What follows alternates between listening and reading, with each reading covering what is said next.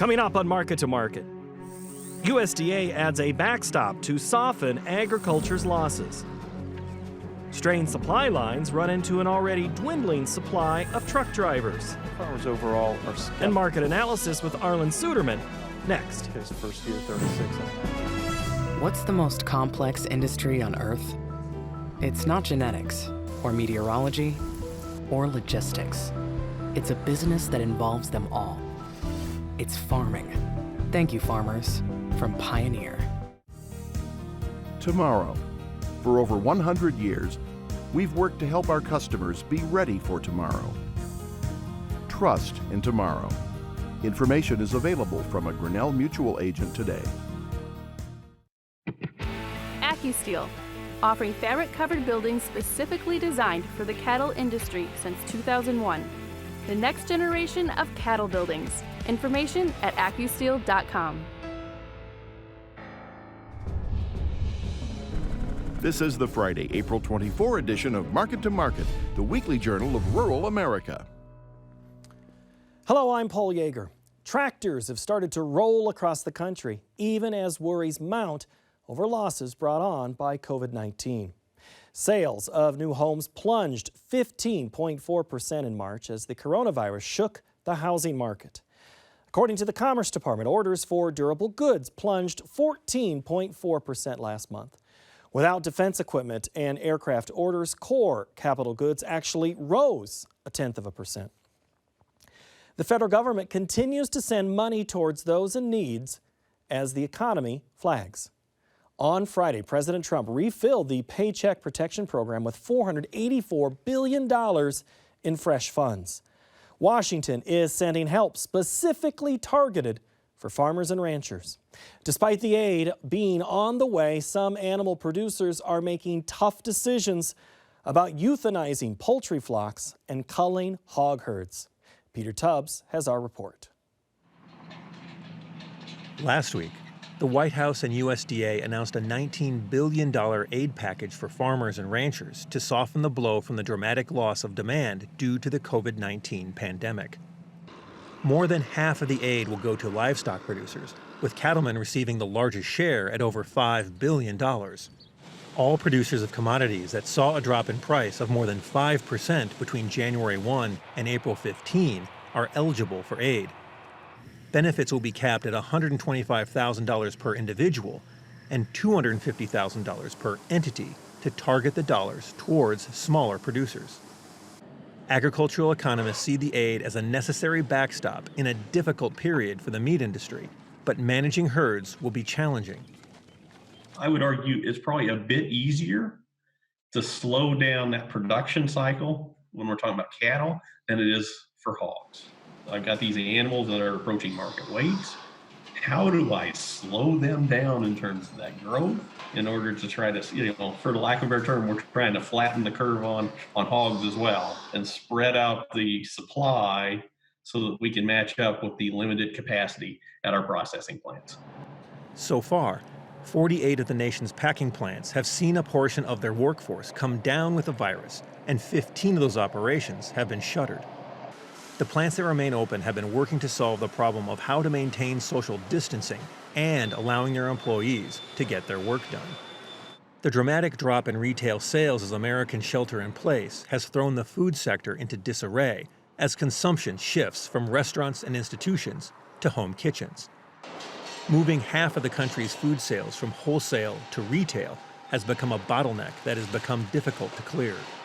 Estimates by the University of Missouri put potential U.S. farm economy losses at $11.9 billion for row crop farmers and $20 billion for livestock producers in the 2020 crop year. And so we had this incredibly frustrating situation for a period of time here where people are still dumping milk at the farm level. At the same time, you can't purchase as much milk as you want to buy at the grocery store. So do we have meat available? The answer is yes. Do we have it in the form and function that you would like it to have it in? The answer is no, not yet, but we're frantically trying to get it there. Included in the package is the infusion of an additional $2 billion per month into SNAP, a 40% increase for most users. The boost will help households experiencing a loss of income to bridge the gap. The move also is an attempt to satisfy the farm economy, desperately searching for a way to increase demand for the food it produces. We know that we are going to see a slower growth in the U.S. economy this year. That's going to mean less purchasing power by consumers, and that's going to affect on what people buy. USDA also plans to purchase $3 billion in fresh produce, dairy, and meat. The $300 million per month increase in acquisitions will be distributed to food banks and pantries. The pandemic also has caused a steep drop in driving, which has, in turn, been part of the reason for a crash in the energy markets. Americans have cut their gasoline consumption almost in half, which has rattled both the oil and ethanol industries. Dozens of ethanol plants have reduced production or shut down completely as storage is filled to near capacity and demand has fallen off. Without demand for ethanol production, Iowa State University economists estimate a possible 40-cent drop in the price of corn through the summer, and the total economic damage may climb over $785 million in the state of Iowa alone. The vast majority of the losses, though, do come from the production shutdowns. As we look at plants being idled, we're selling less product at a smaller price, leads to sort of a double-barreled hit to the ethanol industry. When Americans are able to emerge from their homes, it remains to be seen if consumers will return to their old buying habits, which will dictate how severe the COVID-19 aftermath is for agriculture. The big question mark is, are these temporary things that will all fade in a few weeks, or is this going to be with us for some time to come? For Market to Market, I'm Peter Tubbs. COVID-19 has put additional strain on supply lines of everything from N95 masks to canned goods. Just getting those orders to hospitals and store shelves has been further aggravated by a shortage of truck drivers. Colleen Bradford-Krantz has more. Semi-trailer trucks were parked on the south lawn of the White House last week as President Donald Trump praised the men and women who drive them. In the war against the virus, American truckers are the foot soldiers who are really carrying us to victory. To every trucker listening over the radio or behind the wheel, I know I speak for the 330 million plus Americans that we say, thank God for truckers. Long before COVID-19 spurred a greater demand for the rapid delivery of medical and other supplies, the trucking industry was facing a shortage of 60,000 drivers. And while it's too early to be certain how much the pandemic will exacerbate that shortage, the virus has shown a light on the industry's importance. I believe that the COVID-19 pandemic will emphasize the driver shortage and show the world basically how important the truck drivers are to deliver all of the goods. As a truck driver, you're included along with the medical personnel, the fire and the rescue. Maybe not to that level, but it still is an essential job. At the Iowa Central Transportation Technology Center in Fort Dodge, Iowa, the classes where students were being taught to drive the 80,000-pound rigs have been shut down. Actually sent a class home that was in the middle of their training due to those guidelines. The community college here didn't feel that we could maintain that safe social distancing when we were in the vehicles, especially. In light of the pandemic, the federal government has temporarily revised some trucking industry regulations, such as lifting limits on the hours a driver can spend behind the wheel if they are transporting medical equipment, supplies, or personnel needed to combat COVID-19. However, with a few exceptions, Johnson said most companies are being cautious about how long they allow drivers to keep on trucking.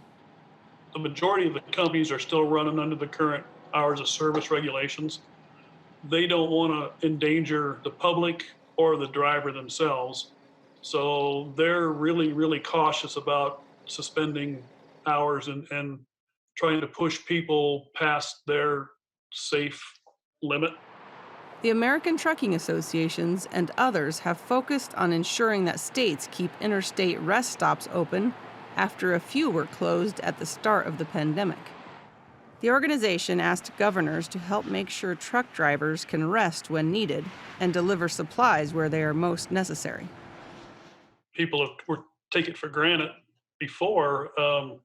They just expected to go to the grocery store and be able to walk away with whatever they got. Take the toilet paper shortage. Trucks got to bring that product. So it just amplifies that need. For Market to Market, I'm Colleen Bradford Krantz. Next, the Market to Market report. The commodity markets felt the strain as oil had its own black swan event on Monday. By the final session, lack of demand ran into rumors of renewed Chinese buying. For the week, July wheat dropped 3 cents and the nearby corn contract fell 6 cents. China's rumored buying boosted the soy complex midweek, but the trade ran into competitive pricing from Brazil and more demand issues as the July contract finished lower by 3 cents. July soybean meal weakened 50 cents per ton. July cotton gained $2.77 per hundredweight. In the dairy parlor, May Class 3 milk futures fell 53 cents. Another mixed week in the livestock sector. June cattle dropped $3.67. August feeders shed $2, and the June lean hog contract jumped higher by 18% or $7.80. In the currency markets, the U.S. index of the dollar improved 61 ticks. June crude traded in negative territory on Monday and finished lower on the week by nearly 32% or $7.92 per barrel. COMEX gold moved higher by $44.40 per ounce, and the Goldman Sachs commodity index fell nearly 29 points to finish at $242.40.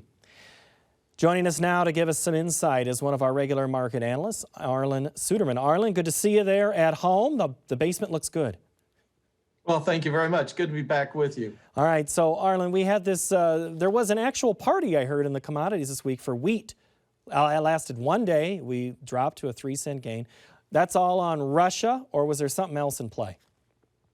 Well, dryness in Ukraine and Russia is certainly a factor, and Russia is looking to limit exports ahead of the end of their marketing year, but also very dry across northeastern half of Europe as well, particularly concerned about Germany and Poland. And so now we get to a point where we also have to discuss some of the long-term crop that's in the ground. We had some freeze last week. There was a little talk early in the week that maybe we had a little more freeze damage in the United States. What are you hearing? Yeah, I'm still getting the numbers in on that. It's starting to become more visible now. We're really concerned about an area going from really central Kansas, southwest into southwest Kansas, and then dropping down into southwest Oklahoma. That's where the temperatures matched with the stage of development left the crop most vulnerable and where we're kind of seeing the most damage now. So is the wheat market most susceptible to weather than any of the other markets? Yes, and the good news with wheat is that when people eat at home, they tend to eat more grains. And so we're seeing that globally. We're seeing an increase in demand. Many countries wanting to increase their inventories of wheat now after coronavirus. The countering that is the fact that we've got a lot of wheat in the world, although major importers have a modern day record low supplies. So it is providing some support underneath this wheat market. Yes, corn's kind of holding wheat down at this time. Oh, that dreaded corn. Let's get into that with one of our multiple questions that we received via Twitter, Facebook, and Instagram. Thank you all to those who submitted. We won't get them all in this, but we'll have them in Market Plus. We're going to start with a question that came from Teamer in South America. Glad to have you watching down there. He's saying, Arlan, imagine COVID quarantine ends tomorrow and people start driving.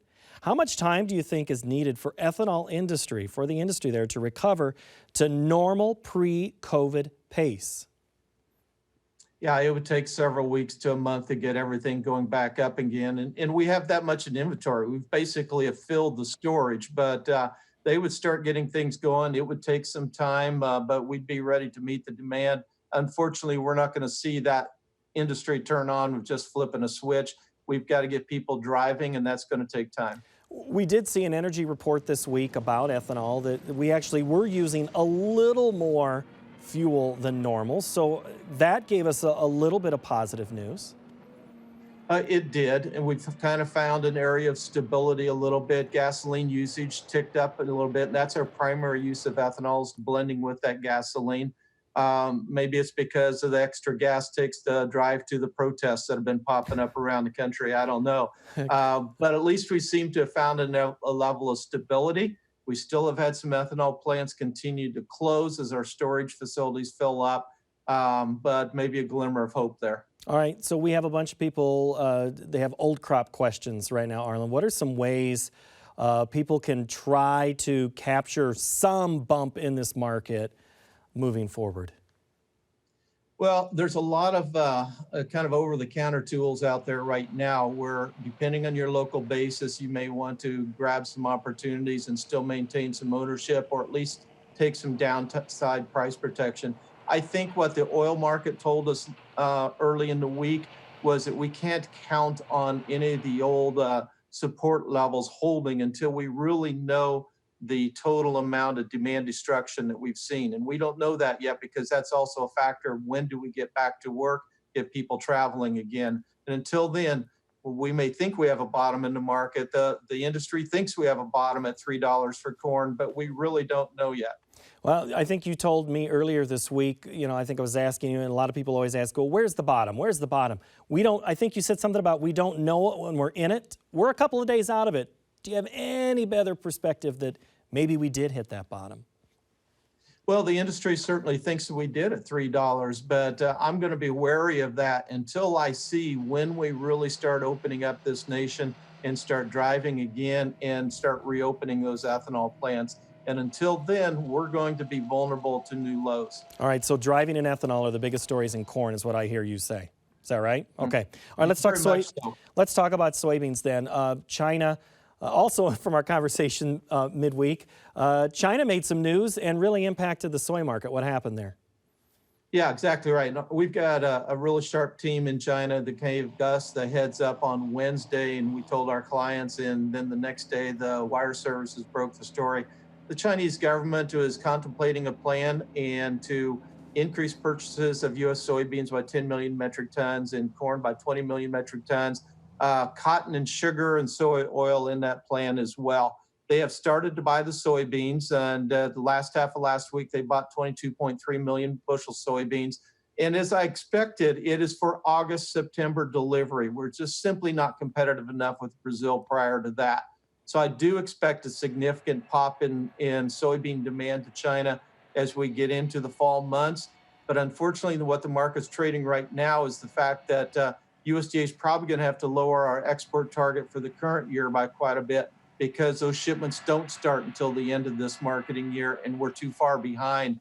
And so bearish near term, more supportive long term. All right, so this whole thing with China of when they're going to buy, I mean, they're no dummies. They're seeing a deal and they're buying right now.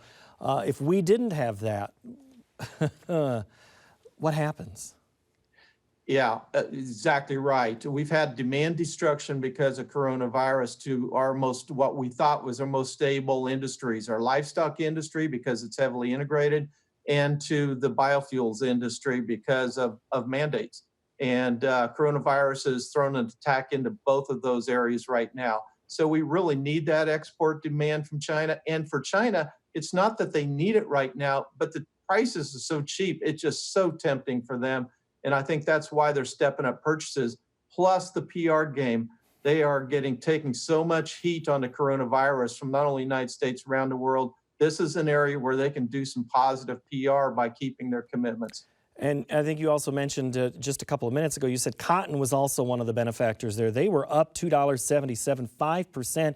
That's a market that's been just kind of sideways for a long time. It really has been, and really where the coronavirus first hit with China and Southern and Eastern Asia is where we really saw the big drop in cotton imports show up in the April crop report. The market priced it in ahead of that. And with the break in crude oil prices, that makes the synthetics a lot cheaper as well, giving some competition to cotton. So that export demand to China was very positive. All right, we need to move to the livestock market now, Arlan. This is the story of the week. Again, another round of closures. COVID concerns for workers in all of these plants from you all across the country in North America. Is that what is still continuing to beat up this cattle market, or what's in play here?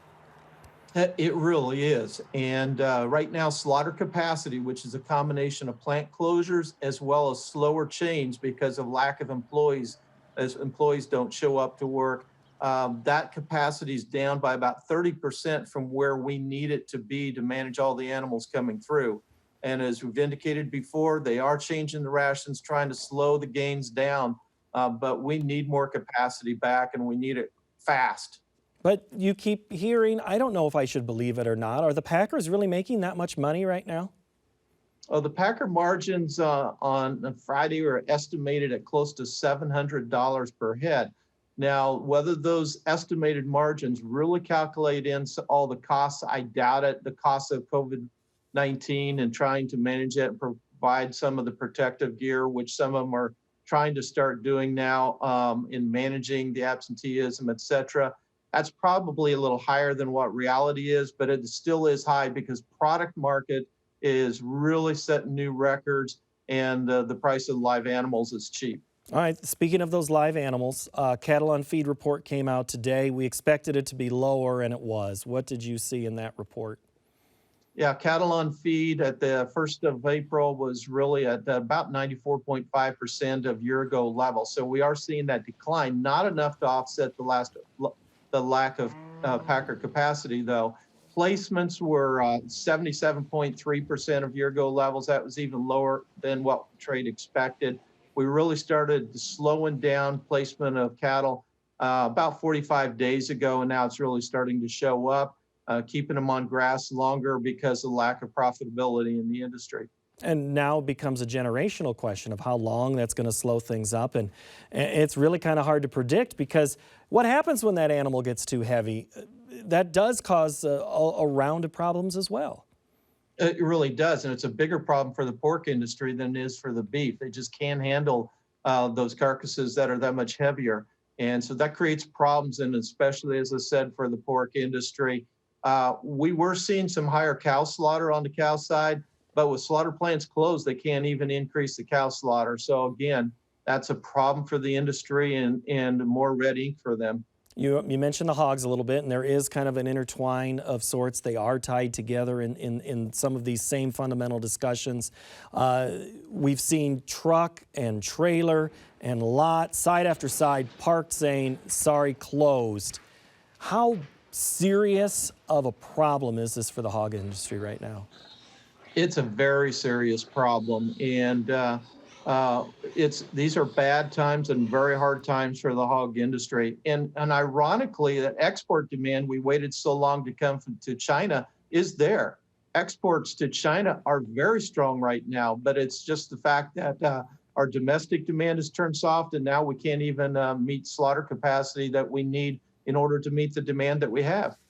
So is that why we rallied then this week in the hogs, $7? Yeah, because product prices are just very strong right now. And so those who are able to slaughter are paying up for the animals and trying to pull them in where they can and trying to pay the freight to get them where they can if a plant is open. Just a few seconds left here, Arlan. I told you I'd ask about the dairy industry, off another 50 cents. Any hope for them?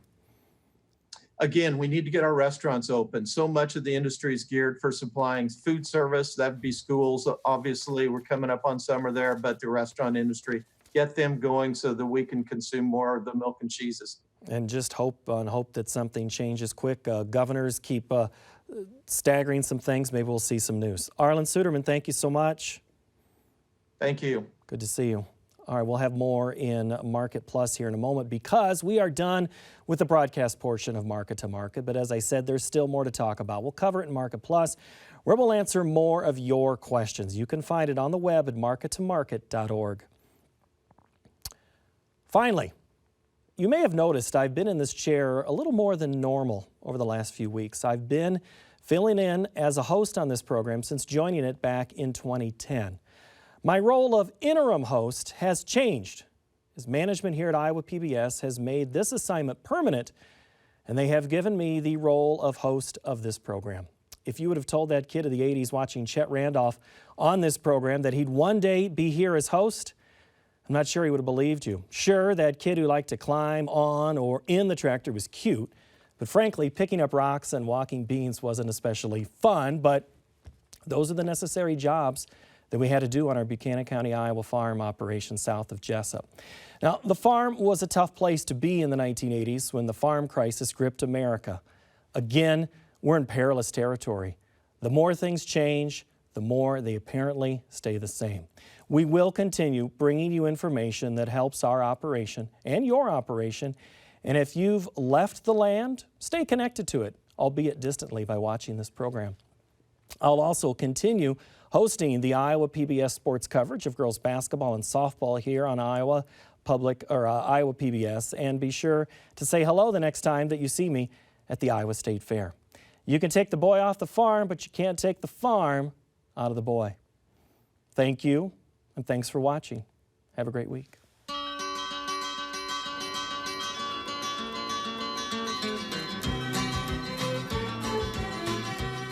Market to Market is a production of Iowa PBS, which is solely responsible for its content. What's the most complex industry on Earth? It's not genetics, or meteorology, or logistics. It's a business that involves them all. It's farming. Thank you, farmers, from Pioneer. Tomorrow. For over 100 years, we've worked to help our customers be ready for tomorrow. Trust in tomorrow.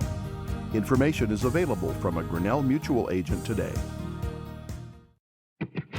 AccuSteel, offering fabric-covered buildings specifically designed for the cattle industry since 2001. The next generation of cattle buildings. Information at accusteel.com.